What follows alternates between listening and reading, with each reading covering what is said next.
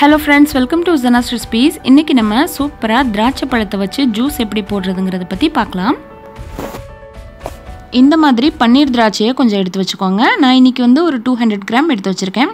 இன்னைக்கு வந்து நம்ம சக்கரை சேர்க்க போறது கிடையாது. அதுக்கு பதிலா ஜாகரி சிரப் அதாவது வெல்லப்பாகு சேர்க்க போறோம். முதல்ல திராட்சையை நல்லா கழுவிட்டு அதில் இருக்கக்கூடிய காம்புகள் எல்லாத்தையும் ரிமூவ் பண்ணிடுங்க. அதுக்கப்புறம் இந்த மாதிரி ஜூஸர்லேயோ அல்லது மிக்ஸி ஜார்லேயோ போட்டு அரைங்க. ஒரு 5-6 தடவை நல்லா கிரில் பண்ணிங்கன்னா போதுங்க, ரொம்ப அரைக்க வேண்டாம். இப்போ பாருங்கள், இந்த அளவுக்கு நான் அரைச்சிட்டேன். இதில் வந்து தண்ணியே நான் சேர்க்கலைங்க. தண்ணி சுகர் எதுவுமே நான் சேர்க்கல. பியூராக அந்த திராட்சையில் இருக்கக்கூடிய அந்த லிக்விட் தான். இப்போ அரைச்சிட்டேன். இது வந்து நம்ம நல்லா ஃபில்டர் பண்ணிக்கலாம். இந்த மாதிரி ஒரு ஃபில்டரை வச்சு நல்லா மசிச்சு விட்டு அதோடைய ஜூஸ் எல்லாத்தையும் எடுத்துருங்க. நல்லா கிண்டி விட்டுருங்க.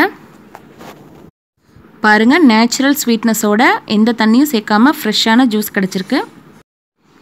உங்களுக்கு வேணும்னா இன்னும் கொஞ்சம் கூட நீங்கள் தண்ணி சேர்த்து நல்லா டைல்யூட் பண்ணிக்கலாம். நீங்கள் எடுக்கக்கூடிய திராட்சையை பொறுத்து. இப்போ வந்து இதை சர்வ் பண்ணலாம்.